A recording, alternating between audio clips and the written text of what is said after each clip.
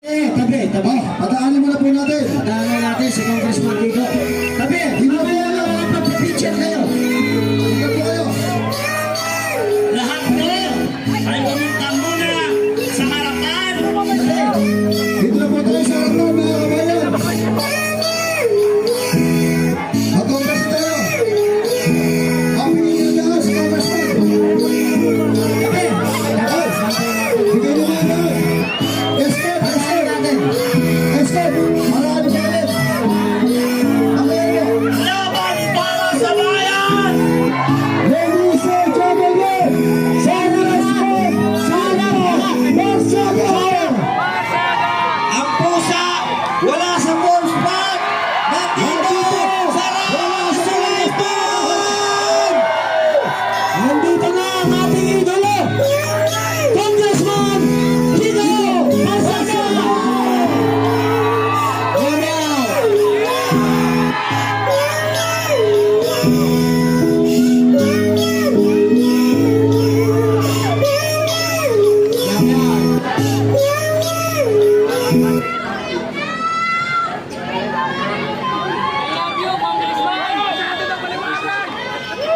Okay, mamaya mapapakinggan niyo si Congressman Kiko. Magpapahinga lang sandali, ha? Kung Kiko, mukhang naisuhan mo si John Vic Rimulya. Pinaghandaan ka nung loko-loko. Naisuhan mo ang mga ulol na tarantado. Wala sa Forbes Park! Naisahan sila! Nag-aabang doon! Nandito si Congressman Kiko Marsaga!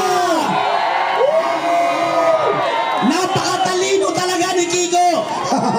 Dahil naisahan niya si John Vic Rimulya! Hey! Si John Vic ngayon ay naroon sa Forge Park. Hinahantay niya doon si Kong Kiko. Si Kong Kiko nandito na.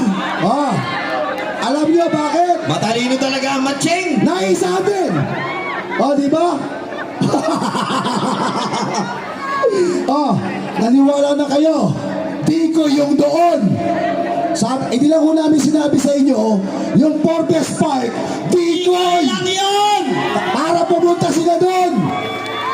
Ginawa po talaga namin yon, Dikoy. Kaya yung mga nagsasabi sa social media, bakit hindi kayo pumunta sa Forbes Park? Dikoy nga yan eh. Okay, babalik na muna ang ating kasamahan na si Miss Amor. Okay, Ang sakit sa bangs, John Vic. that's not so fair. But anyway, I was just so starstruck kasi imagine a 27 years old Gen Z, right? Working in the Congress, surrounded by the crocodiles, pero malakas ang loob. Right? Samantalang maraming Pilipino, negosyante, private individuals, yung mga taong may posisyon na sana dapat may boses ay hindi bumuboses. So let's take an inspiration from Congressman Kiko Marsaga and speak your voice.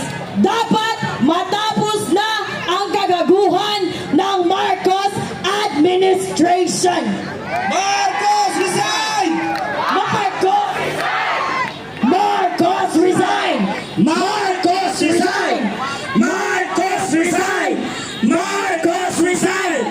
Panahon na para putulin ang sungay mula sa pinakataas-taasang sangay ng gobyerno, which is the executive branch of the Republic of the Philippines, which is President Ferdinand Marcos Jr., his wife, Liza Araneta Marcos, his cousin, former House Speaker Martin Romualdez, down to their last minions in the Congress and in the Senate.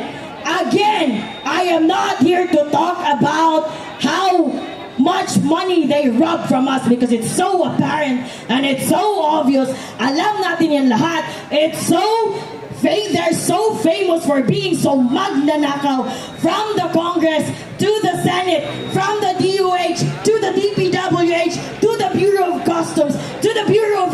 politicians, lahat ng sangay ng pamahalaan, ninanakaw nila ang pondo instead na magsilbi sa bayan ang kakapal ng mga pagmumukha.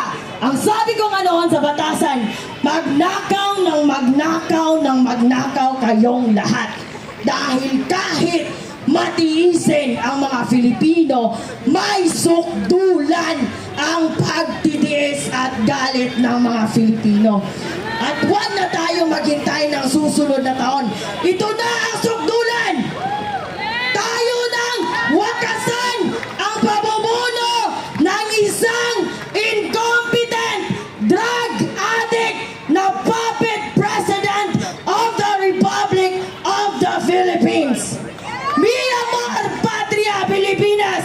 Kami ang mga Filipino, kahit gaano kalit ang aming boses, kami ay titindig upang protektahan, pangalagaan, at ipagtanggol ang buhay, ang bukas, at pangarap ng bawat isang Pilipino na lumalaban ng batas.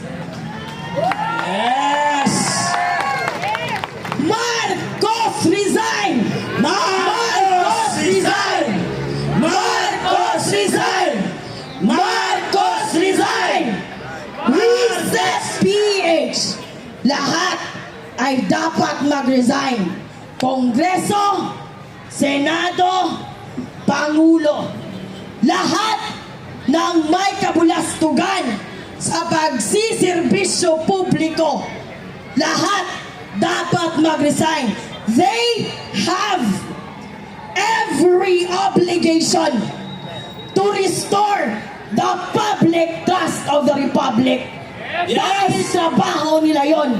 We are not asking for too much. That is exactly their role as a public servant.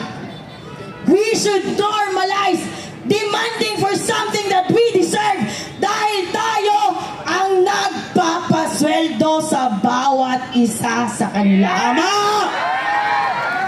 Mag-special shout out tayo. Boyeng Rimulya. Putang ina mo ka. Ang banal ng pangalan mo. Pero asal demonyo ka. Tama! Kung gaano kapangit ng pagmumukha mo, sana binawi mo na lang sa pag-uugali. Pero kinota mo ba? Tama! Mahihiya maging si Satanas sa'yo. You will fucking dethrone Satan himself because you are so fucking evil. Now, ito ang babala ko sa lahat ng mga politiko. Yes, the numbers here are not overwhelming. But alam ko, you are so fucking scared. Because the rallies, despite of your machineries, despite of your pera na pera namin, despite of your BBM vloggers na bayad galing mula sa taxes namin, despite of your manipulation of public opinion through the manufacture of troll farms to manipulate public opinions, hindi namamatay ang mga rally. Tama! Dahil ang mga Filipino ay hindi bobo! Tama! Maalam kami sa YouTube University, mga putang ina nyong lahat. At ito ang tandaan nyo. Yes! Tonight! Ang daming tumatawa sa social media. Mga trolls, dahil kukunti lang daw tayo. Yes! The numbers here are overwhelming.